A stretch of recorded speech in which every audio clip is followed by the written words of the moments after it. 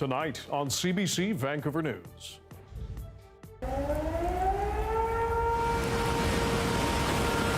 Heavy rain and rising river levels prompt evacuation orders and alerts in the Fraser Valley and Washington State, 4 years after devastating floods. People and communities must prepare for potential flooding, particularly in low-lying areas. Plus, big drivers are heavy snowfall, wind, and rain that drive that avalanche activity. other parts of BC are at a high risk for avalanches. And as work continues on a Filipino cultural center for Vancouver, we take a close look at the tension and politics behind the project. This is CBC Vancouver News.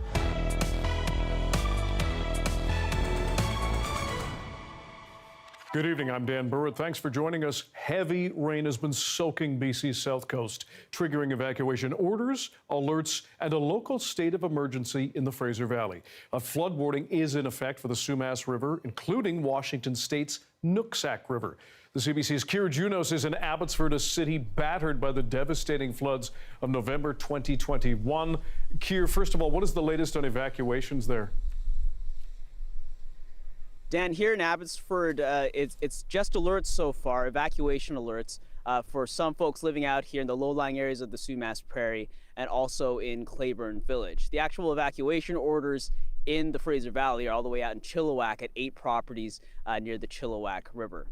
And this is all because the Nooksack River, right, earlier today has spilled over and those water levels are rising. And that overflow, it's now at what's described as a minor flood level by the River Forecast Center at Cedarville and Ferndale in Washington State, and it's expected to rise to about 150 feet.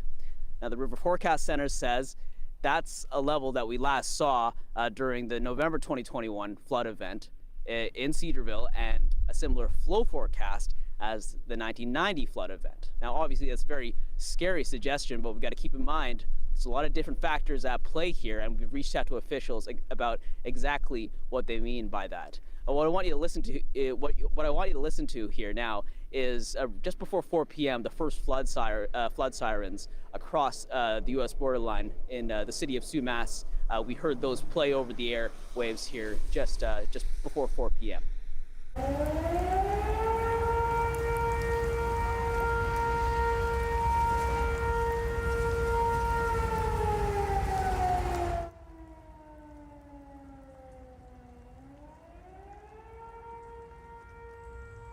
Of rain in the forecast, and the province's emergency management minister says that it's a very dynamic situation and folks need to be ready to leave their communities if they have to, if there is potential flooding. Here's Kelly Green. There's stronger communication and coordination in place between communities, including Washington State. There are new monitoring stations installed on both sides of the border and new cameras installed on the Canadian side that are helping our teams get the most up-to-date information possible. Dan, the rain's let up for a moment here, but the storm is expected to continue throughout Wednesday. All right. Keir Junos reporting from Abbotsford. Keir, thanks very much. To Chilliwack now, as Keir mentioned, where an evacuation order has been issued for a handful of properties in the Chilliwack River Valley. The CBC's Jonna Bailon is there with the latest. Jonna, what are you hearing from officials? Good evening, Dan. That's right. We've heard from officials that 8 properties on Wilson Road specifically are under an evacuation order, and 2 properties on Chilliwack Lake Road. Now, that's 2 properties on Chilliwack Lake Road specifically under an evacuation order, whereas there are also some properties on in the same area, Chilliwack Lake Road, that are under evacuation alert. Officials are saying, asking residents to be prepared to leave at any moment, at a moment's notice, essentially. So that's where we're at in terms of the latest on the evacuations. Dan? And Jonna, how the people that you've spoken with in Chilliwack, how are people feeling there? Yes, Dan, there are concerns among residents. As you know, Chilliwack was one of the communities hardest hit during the flooding in 2021. We spoke to an area director with the district who talked about a landslide that happened last night near Tamahai Bridge. Here's what she had to say. Last night, there was a slide just east of Tamahai Bridge. and I talked to the road maintenance, and they said it was about 4 dump truck loads. It didn't hit the road, but it did hit the shoulder of the roads. Now, Dan, we also spoke with the mayor of Chilliwack, Mayor Kevin Popov. He says he's feeling cautiously optimistic that the rain will stop, get lighter towards the end of tonight, but he also said that they're prepared. Here's what he had to say. We are conducting hourly deck patrols. We've closed all the trails and parking lots near the Vetter River, which is obvious, like you need to do that. And who's going to go actually walking on those trails in this weather? But we've done all the precautions. We've also heard of a road closure on Highway 7 just north of here. Due to some rocks reported on the road, drivers are being asked to watch out for alerts on Drive BC. Back to you, Dan. Jana Bailon reporting from Chilliwack. Jana, thanks very much. Now, further east, the regional district of Okanagan-Similkameen has issued an evacuation alert in the community of Eastgate, southeast of Highway 3, in the lower community area near Bonnevere Creek, as well as properties on the Pasayten Forest Service Road. We're also tracking highway closures in and around the province. Falling rocks closed Highway 7 about 2 kilometers west of Hope. Highway 1 has been closed until midnight east of Revelstoke because of avalanche control work. And Highway 1 also closed east of Golden because of a multi-vehicle crash. Now, in northeastern BC, Highway 97 is closed between Prince George and Chetwynd because of an avalanche risk. In Fort St. John's, it's been snowing steadily. BC's Transportation Ministry says small slides are expected on the road. The Pine Pass area has seen nearly 80 centimeters of snow over the last 5 days. Avalanche Canada says the risk for the region northeast of Prince George is high, with large amounts of new snow burying weak layers, making those avalanches likely. Pretty much comes down to the stormier it is, the more dangerous. So the big drivers are heavy snowfall, wind, and rain that drive that avalanche activity. In areas where we've seen more rain than snow, it's actually been eroding the snowpack and hazards quite a bit lower. But during bouts of snow, or if there's some uncertainty about alpine snow, then the hazard will be elevated at those higher elevations. A break in the weather is expected through Thursday and Friday, but Environment Canada warns the Arctic flow returns over the weekend, bringing more snow. Let's check in with the expert, Darius Madhavi, for a first look at the weather. There is a lot going on in this province, Darius. That's right, and I think we'll start in the south, and then later in the show we'll talk about that cold air and the snow up north. We have a lot of rain still coming to eastern and central parts of the Fraser Valley, as well as down south of the border. A number of things to be watching and concerned about. That being said, even as that rain starts to calm down, still a risk of flooding holds into tomorrow morning as that water tries to come down from higher elevations and up from south of the border, especially the Nooksack River. We have this evacuation alert in place for parts of Abbotsford. We also have some orders and alerts in place along the Chilliwack River. Here's footage from earlier today from one of our reporters in Chilliwack. Lots of high stream flow happening in the Chilliwack River, but nothing that it can't handle so far. As we zoom out a little bit, we still have flood warnings and watches and high stream flow advisories across much of the lower mainland and extending into parts of the interior. We'll have a lot more to say later in the show, Dan. Sounds good, Darius. Thanks very much. Thank you. To other news now. A proposed Filipino cultural center in Vancouver is one step closer to reality. City Council has voted in favor of fast-tracking its development, but it has caused a major divide in the Filipino community over who should be leading it. The CBC's Justin McElroy now on the messy politics. In any city, people form community groups. Sometimes they represent businesses, sometimes they represent people with shared interests or values, and sometimes they represent specific communities. Now, governments don't have any real power in who sets up these groups, but they do have a lot of say deciding which ones have influence. It's governments that decide which groups get grant money, or who they invite to events, or who they partner with on big projects. Now, inevitably, these decisions can cause tension, but few have caused as much tension in recent years as the one right now between the city of Vancouver and the Filipino community. A lot of the youth are just wondering what the heck is going on. They just see their elders, their aunties, their uncles, their grandpas and grandmas just going at it on Facebook. For the last 2 months, debate has raged online. Should the city fast-track a proposed Filipino cultural center at Main Street and 3rd Avenue? Hundreds have shown up to City Hall, and Ken Sim has thrown his weight behind the proposal. For more than 40 years, the Filipino community has been asking for a cultural center, and today we finally have an opportunity in front of us to help move that forward. Now everyone agrees there should be a cultural center, but the question is whether this one makes sense. The people that are in support of this versus people who are not in support of this are operating with a different set of facts. Here is one set of facts. The land at 3rd and Main is owned by Filipino developer Toby Reyes. The proposal has the support of the city and the most powerful Filipino politician in the province, NDP MLA Mabel Elmore. In the aftermath of the Lapu-Lapu Day tragedy, the province and federal government are eager to financially help a project happen soon. And while other groups have pushed for a center for years, the combination of land and political support means this project is the closest to viability. It's the only one that was able to be brought forward and is ready to come before City Council. But there are also a different set of facts that Filipino BC Chair RJ Aquino thinks are more important. To start with, the owner of the land, Toby Reyes, has faced foreclosure action over the site, with lenders telling the BC Supreme Court in 2021 that he owed $17 million there. The new group spearheading this proposal, called the Filipino Legacy Society, was incorporated by the province on August 25th. On August 28th, Reyes filed a motion in BC Supreme Court, saying that he was in negotiations with the city and province in building a Filipino cultural center on that site, but wanted the details that were sent to the court and lenders in affidavits kept private.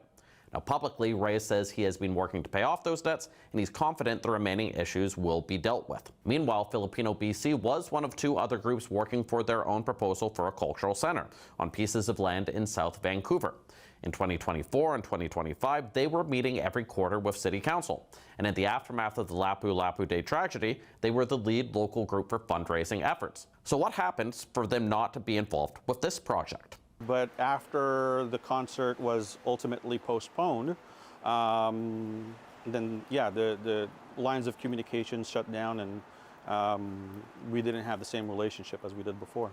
The concert was the proposed Come Together Vancouver Strong event at Rogers Arena. It was approved by council in June, but after Filipino BC criticized it for happening too soon and with too little consultation, the city pulled back, postponing things to next year. In the aftermath, Elmore sent text to Filipino BC board members saying their relationship with the city was in jeopardy and asking Aquino to chat. Aquino then says there was a heated meeting at City Hall where Sim's chief of staff, Trevor Ford, made a demand. Yeah, that we needed to issue a statement apologizing to the mayor, that we needed to not only retract but to apologize. Filipino BC didn't apologize or retract.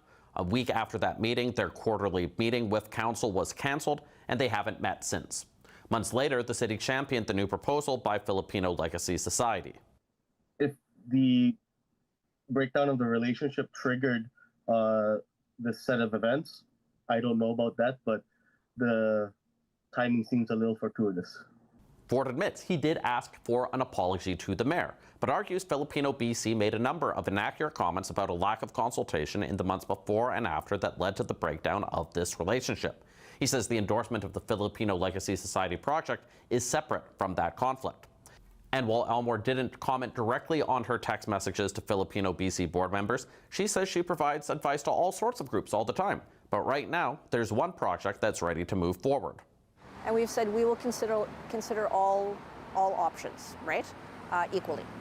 But you know, a decision has to be made, and we have to move. That's also my message.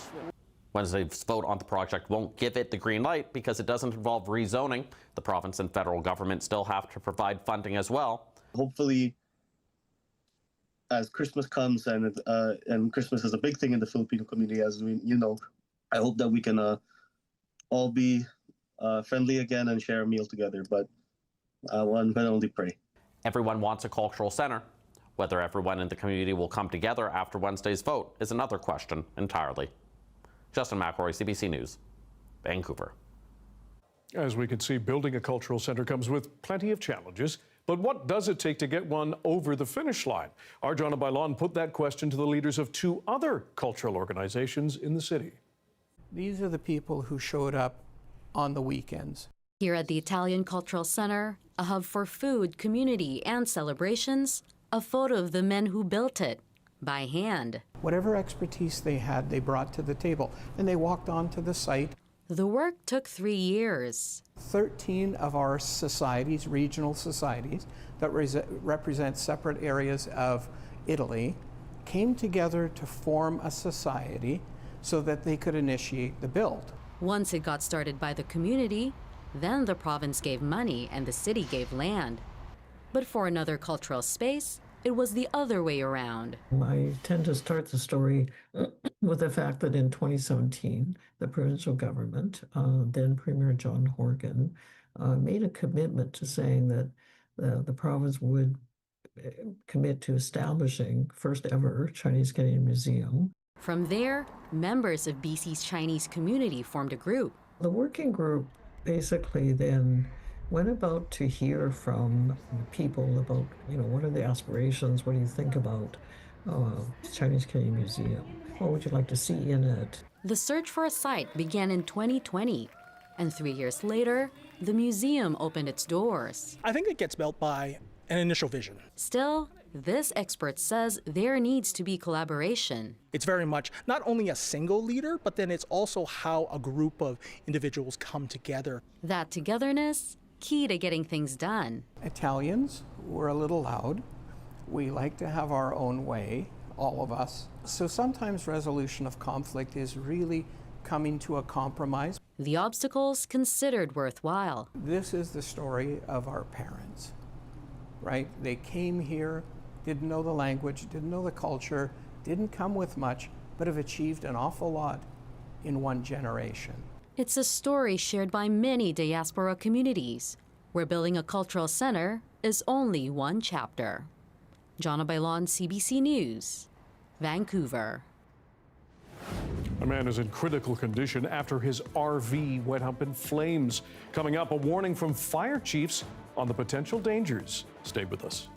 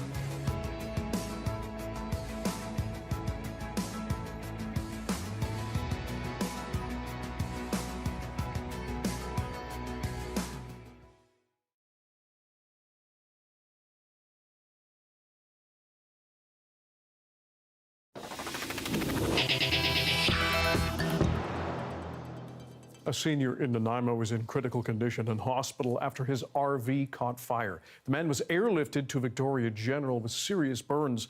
As Marie Seidler reports, fire chiefs are warning people who live in RVs about the dangers they can encounter, especially in winter. Water drips from a burnt-out camper van in a remote area near Nanaimo, or at least what's left of the vehicle. Tuesday morning, Nanaimo Fire Rescue was dispatched to this location south of the city. Captain Dan Kershaw was at the scene where a male victim was found.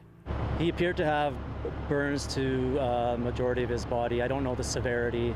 Kershaw says paramedics were already there when fire crews arrived. The patient was airlifted to hospital. Propane tanks appear to have fueled the fire.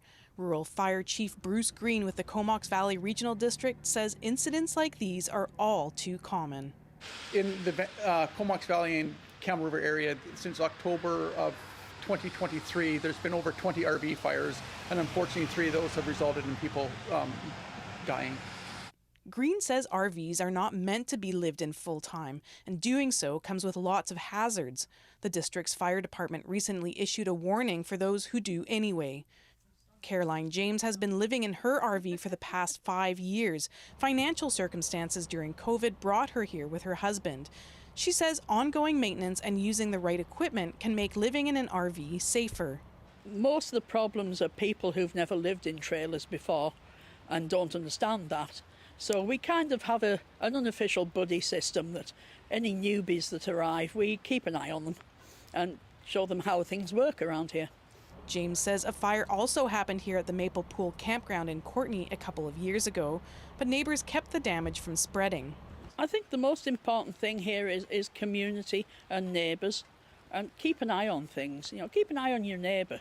And if they're old, just make sure they're okay. However, local fire departments say the safest option is not to live in an RV full-time. Advice they admit might not be possible for everyone. Marie Seidler, CBC News, Comox. BC's largest seaplane fleet has announced a partnership with Aeroplan so members can start earning frequent flyer points. Those points they can spend also as of today on Aeroplan's network of partners, but the partnership where they'll be able to redeem on Harbour Air will start in early 2026. So as of now, Harbour Air passengers can earn points based on the fare class they buy. The company says it hopes it will also boost tourism in the areas it flies to and from, though it notes scenic tours are not eligible for points. Harbour Air's network includes up to 200 daily flights to 15 destinations. 4 hospitals in rural BC will soon operate their own overnight emergency departments with the help of a virtual physician. Interior Health says it's part of an initiative to ensure care for all communities amid staffing shortages. At one site, the physician will be in person and will see people as they come in, like any other shift. And at the same time, we'll support the other 3 sites virtually for the lower acuity patients. Now, when patients get to the emergency department at Lillooet Hospital, Dr. Helmken at Memorial Hospital in Clearwater, Arrow Lakes Hospital in Nakusp, or Princeton General Hospital, they will be checked in person by a nurse who will then consult a doctor over the phone or in a video call, as you saw. The system is being piloted and anticipated to run 7 days a week in the new year. Well, it was plenty of rain falling on the mountain tops of the south coast. In Revelstoke, it was falling snow and plenty of it. Your BC-wide weather forecast with Darius and more on the flooding in the Fraser Valley is coming up.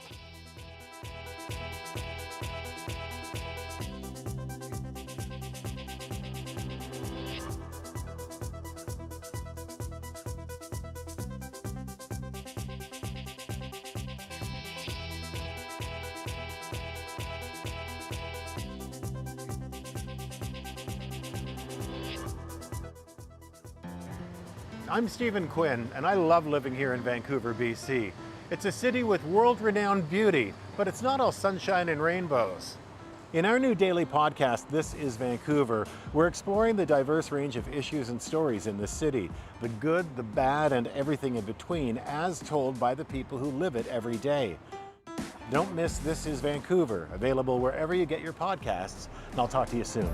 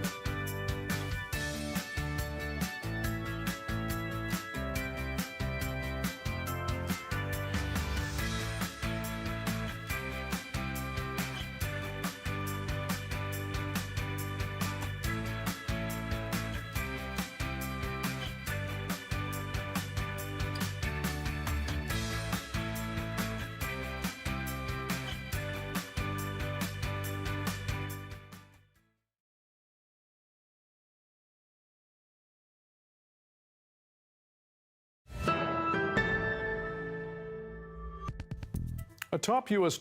trade Trump official says the administration is considering scrapping CUSMA altogether. That's the Canada-U.S.-Mexico trade agreement, the successor to NAFTA.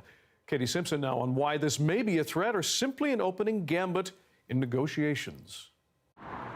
The future of North American trade is in question as the U.S. muses about leaving CUSMA. Donald Trump's team floating the idea of new separate trade deals with Canada and Mexico. Our economic relationship with Canada is very, very different than our economic relationship with Mexico. The labor situation's different. The import-export profile is different. The rule of law is different. The top U.S. trade negotiator telling an audience in Washington he's already speaking separately with Canada and Mexico, and a wide range of options now under consideration. Could it be exited? Yeah, it could be exited. Could it be revised? Yes. Could it be renegotiated? Yes. And all of those things are on the table. CUSMA was negotiated during Trump's first term. At the time, he hailed it as the most important deal ever. His wavering commitment comes just as all three countries are required to review the deal, deciding in 2026 whether to keep it, tweak it, or leave it. This is going to be a year of incredible consequence for Canada, and we don't know how it's going to play out. And I'm proud to be an American. Trump has threatened to rip up trade deals in the past. It's widely seen as part of his negotiation strategy. But now, in his second term, Trump is emboldened and more unpredictable, aggressively reshaping all U.S. trading relationships. There is going to be no magic bullet that's going to turn the Trump administration around. I think the president, his cabinet, and USTR are very firmly committed to a new vision of global trade. The uncertainty presents new risks for Canadian businesses, workers, and the economy. My view is that what happens in the next few months will determine bilateral relations between Canada and the U.S. for the next generation. And so buckle up. Trump's team has to make some decisions soon. They're required to send an assessment report to Congress by January 2nd, outlining their next steps. Katie Simpson, CBC News, Washington. The House of Commons will soon rise for its winter break, and though the minority Liberals are just 2 seats shy of a majority, they're still struggling to find opposition support to pass their agenda. Ashley Burke shows us the backlash and the blame game. He gave me this record. An MP's Christmas gift to a prime minister facing questions about his own record governing. We're making progress. Canadians rightly expect us to make a lot more progress. The opposition taking aim at that progress as MPs prepare to pack up for the holidays this week. Why is the Prime Minister being the Grinch of the grocery store? Carney promised to move at speeds never seen before, but several of his bills aren't moving as fast as his party wants. The Conservatives seem to be more focused on blocking and trying to prevent progress in a number of issues. Some demonstrable some examples. His example that Carney scrapped the consumer carbon tax on day one as prime minister and later issued a middle-class tax cut. Both are in effect, but it's still not the law 6 months after that bill was introduced. It's an amazing thing. The Conservatives have been talking it out every time we bring it up in the House. But the Conservatives say the Liberals only have themselves to blame. Mark Carney called himself a master negotiator. We expect him to go and, he expects Canadians to have confidence in him to negotiate on behalf of Canada around the world. He can't even do that here in Parliament. The NDP accusing the Liberals of not making enough concessions. They've been very slow to realize that they don't have a majority. You can't get anything done, nothing, in this House of Commons unless the Liberals have the support of another party. The Justice Minister, who's trying to pass 3 bills right now, pushing back. Well, look, I've been engaging significantly with opposition colleagues with different parties. Pollster David Coletto says as this sitting of Parliament ends, the government still has a lot of goodwill. The question is, will that goodwill last into January when people get that credit card bill and start to ask the question, how am I going to afford to pay for all of this? A major piece of unfinished business this year are trade talks that blew up with the U.S. over getting Canadian sectors hard hit by Donald Trump's tariffs some relief. So far, there are no signs of those negotiations restarting. Ashley Burke, CBC News, Ottawa. The Bank of Canada, meanwhile, has announced its final rate decision of 2025. It is holding its benchmark interest rate steady at 2.25%, a decision widely expected after some encouraging third-quarter economic data. So far, the economy is proving resilient overall. Nevertheless, uncertainty remains high. This includes the unpredictability of U.S. trade policy, and in particular, the upcoming review of the Canada-U.S.-Mexico agreement is creating uncertainty for many businesses. Macklem says the bank is ready to respond if the outlook for the Canadian economy starts to deteriorate in the new year. Leaving the bank rate unchanged means variable mortgage and loan rates will remain stable for now.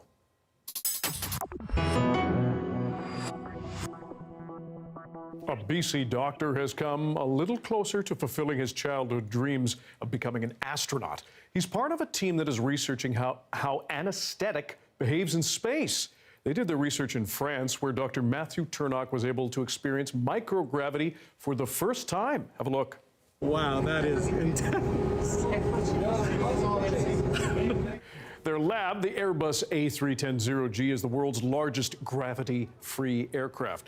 The research is supported by the European Space Agency, the Canadian Space Agency, and an innovation grant of $204,000. To learn more about this research, we're joined by Dr. Matthew Turnock. Back on the ground, he's an anesthesiologist at Royal Columbian Hospital. Dr. Turnock, firstly, what is it like to experience microgravity? A very intense experience. You know, you talk to people who have been up there before and they try and describe it to you, but there's really nothing like actually being in the aircraft itself. You know, every parabola is like falling off a roller coaster, and you do that 30 times in a row over 3 days. It's a pretty intense experience the first time. And you probably develop either a really good stomach or a slightly weaker stomach. A bit more about this study that you're doing. Why is it important for you and other doctors to know how anesthetic behaves in space? Yeah, so more and more commercial companies out there are sending people out into space, and not all of them are necessarily as healthy as the astronauts that we've typically flown up there. And with more people in space, the chance for something happening that might require a procedure or surgery, which usually requires an anesthetic to go along with it, you know, those chances increase. And we really are very limited in the ways that we can provide anesthesia in space. Typically here on Earth, we would provide an inhalational anesthetic for most procedures. But, you know, the risk of disconnection and anesthetic gas leak into the spacecraft would be, you know, disastrous for all of the other astronauts. So, you know, there's a lot of hesitation for that. Down here on Earth, we use a spinal anesthesia for a lot of procedures such as cesarean sections or hip or knee replacements. And for that, you require very little actual medication, and the procedure itself can be taught quite easily. And so, you know, this type of anesthetic is an alternative to providing safe anesthesia in space, but we really have no idea how it would behave. So far, based on what you've learned, what are the biggest takeaways from the experiments you have done? Yeah. So one of the concerns about spinal anesthesia in space is that without gravity, the medication could float all the way up to the brain, which could render an astronaut unconscious and cause breathing problems, heart problems, seizures, and that would be disastrous. What we found, in fact, from our experiments was that not only does the medication not spread up to the brain, but it doesn't spread much at all, which is very different here on Earth, where gravity helps the medication, you know, provide its effect. So it doesn't work, but for a different reason than we had thought. So all sorts of questions now are raised in how we could promote the spread of the medication. You know, do we need to adjust the dosage or inject it quicker or use different types of medication to get the effect we need? And these are all things that we still need to answer. So to that end, are you planning to head back into microgravity and space anytime soon again? Well, you know, the holy grail would be to conduct these experiments on the International Space Station, where we have a much more prolonged exposure to microgravity.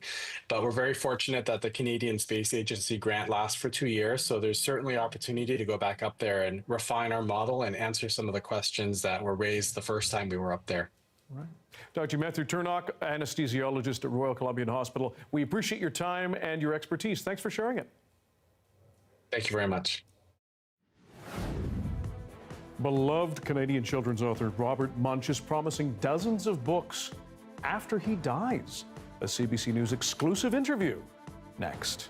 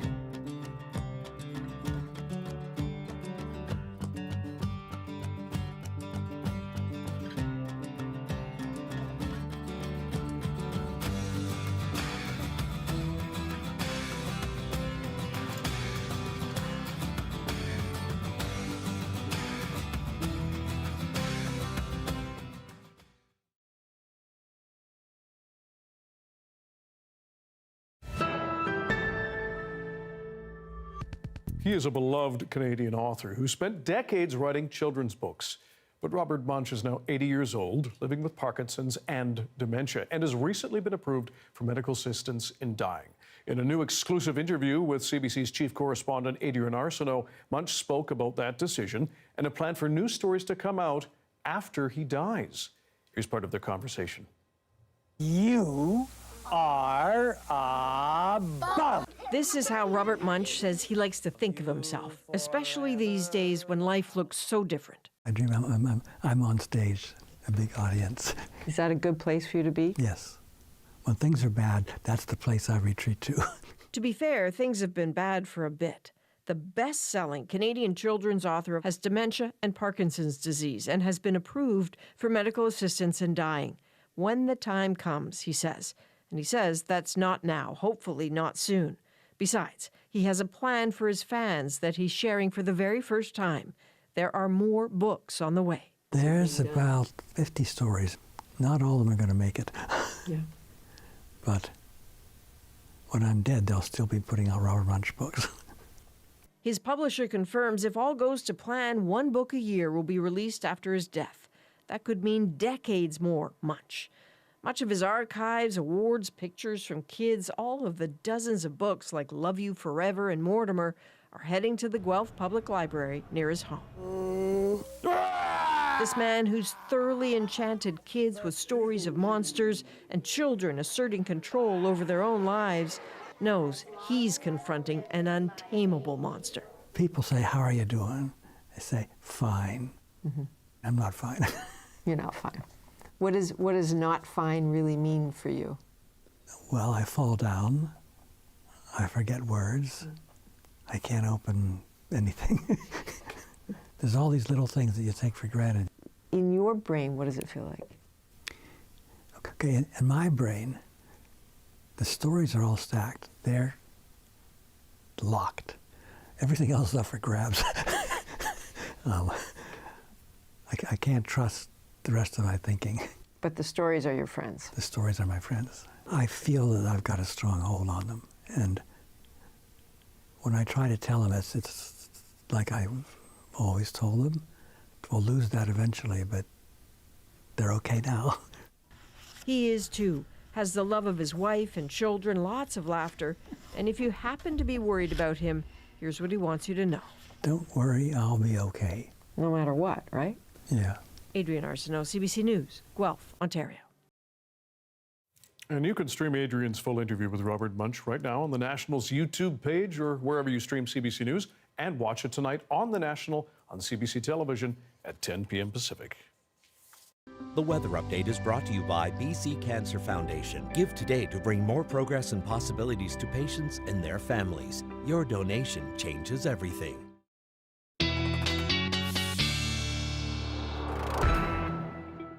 Our science and climate specialist Darius Madavi here with the BC-wide weather forecast, and back to that rain and that hose that's aimed at us. That's right. Lots more moisture still streaming into the province over the next few hours, especially for parts of the Fraser Valley. If you're in western parts of Metro Vancouver or Vancouver Island, we're going to be seeing that rain taper off pretty soon. But in each part of the Fraser Valley, right through to midnight, it looks like we're going to continue to see that.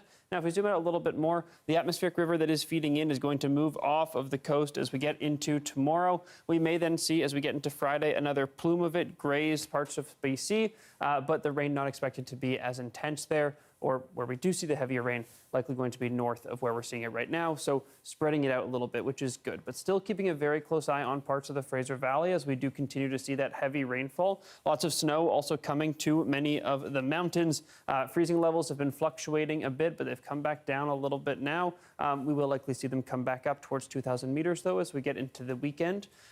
In terms of the rainfall accumulations that we're seeing, apologies for the strange scale. This graphic is from the NOAA, the NOAA, down in the States. So originally in inches, that's why we have the strange scale in millimeters. But I wanted to show it because it does a really good job of showing just how much precipitation is coming to the Fraser Valley. This orange color here, that's upwards of 100 millimeters of rainfall coming to a wide area. And then down south of the border, also very heavy, even higher amounts of rainfall. And that really matters because when we see some of those rivers down south start to burst their banks and really start to overflow, this is all connected in the same basin, and we start to see that impact. So like the Nooksack River down south of the border, we see really high stream flow there. It moves up through the Sumas River and comes up to BC. That's when we saw in 2021 the flooding of the Sumas Prairie. That's why we're keeping such a close eye on the stream flow rates in the Sumas River. So far, not near where they were in 2021, but that is a delayed impact. So if we're going to see that flooding, it likely wouldn't be until tomorrow morning in parts of the Fraser Valley because of that delay of several hours as the Nooksack really starts to see the higher flow, and then it knocks on into the Sumas. So keeping a close eye there. In terms of the warnings, we still have several in place. These are the yellow warnings, the lower grade ones, but still very high precipitation totals, up to 80 millimeters in places. We also have that orange advisory up to 130 millimeters. The River Forecast Center actually has said that if we get to this higher end, that's when we start to be really concerned about flooding, Dan. So keeping a close eye on that to see if we do get up to that number. Hopefully we won't. Okay. Darius, thanks very much. Thank you.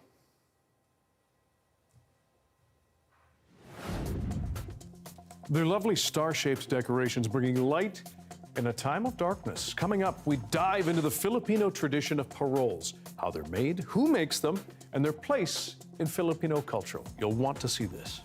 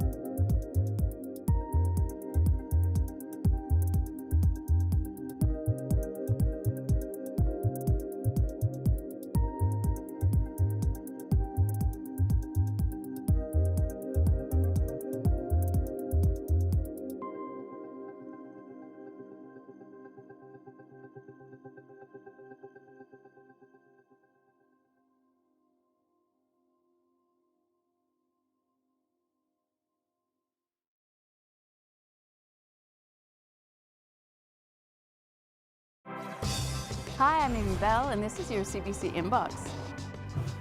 December 5th kicked off CBC's Make the Season Kind, supporting food banks in British Columbia. Thank you to all who have already donated generously and made a difference. The charity drive continues until December 31st. To find out more, head to cbc.ca/kindbc. And never miss a special programming series, event, or contest. Subscribe to CBC Vancouver's e-newsletter and keep connected with us.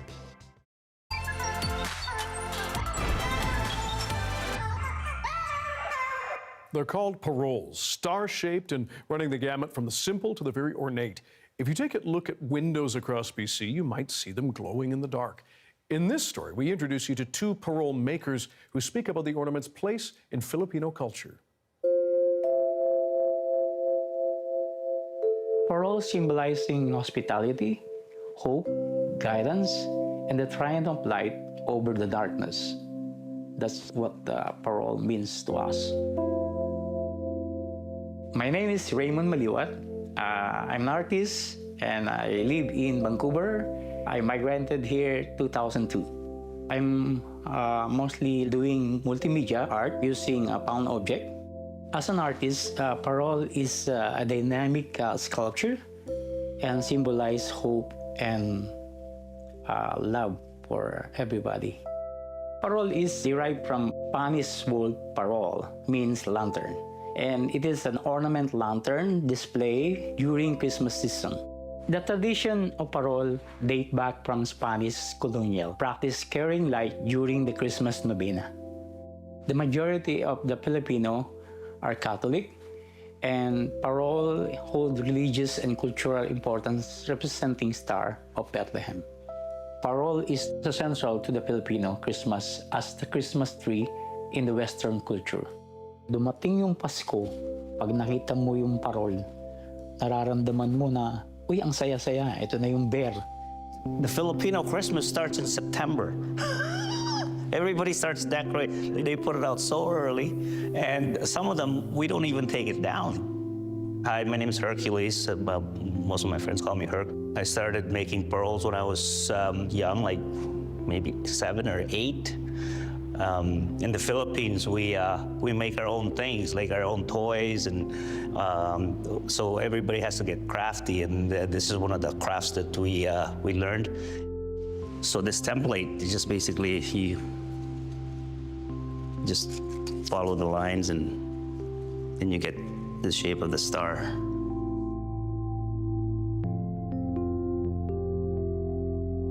So we're gonna make one dimension into 3 dimensions.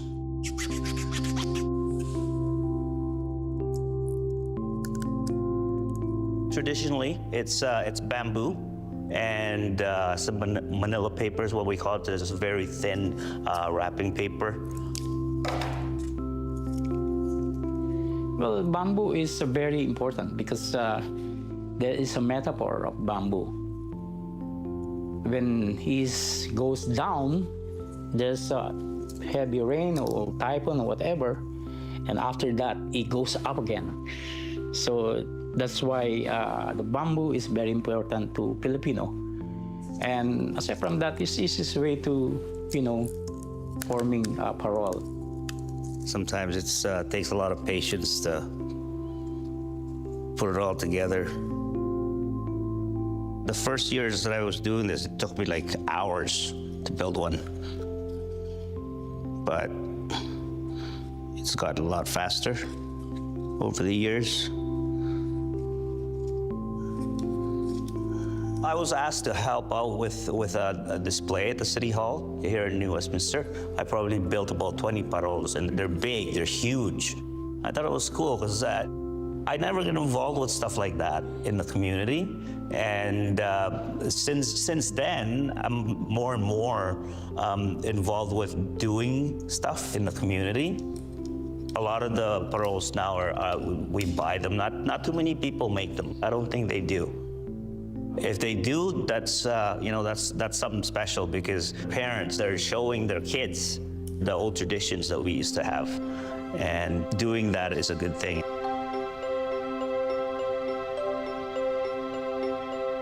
The most difficult part of doing this star is trying to get the wrapping to all fit in and not have any creases. But the end product is usually pretty good.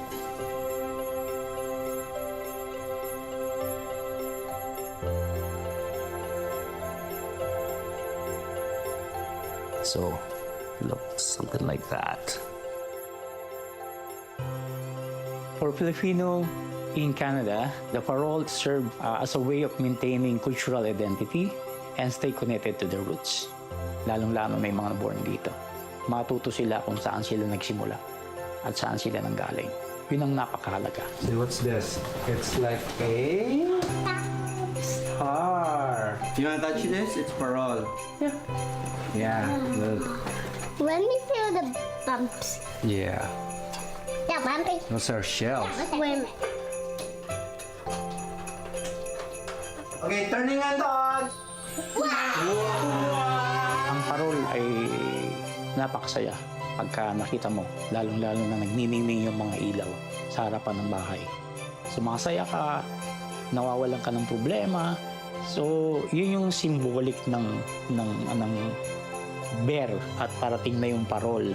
I love building these things during the holidays. It gets me into the spirit of giving. I'll build these things and I'll give them away. Who doesn't want to come home to a nice setting, right? You know, you come home for a hard day of work and you see something good, then it makes you feel better that there's still good things in the world. Like that spirit of Christmas, you know, the symbol of light. Thank you for being with us tonight on CBC Vancouver News at 6. You can watch this newscast on CBC Gem, our free app, as well as on YouTube, and of course our website, cbc.ca/BC. We will have your next local news at 11 o'clock, right after the National. Good night.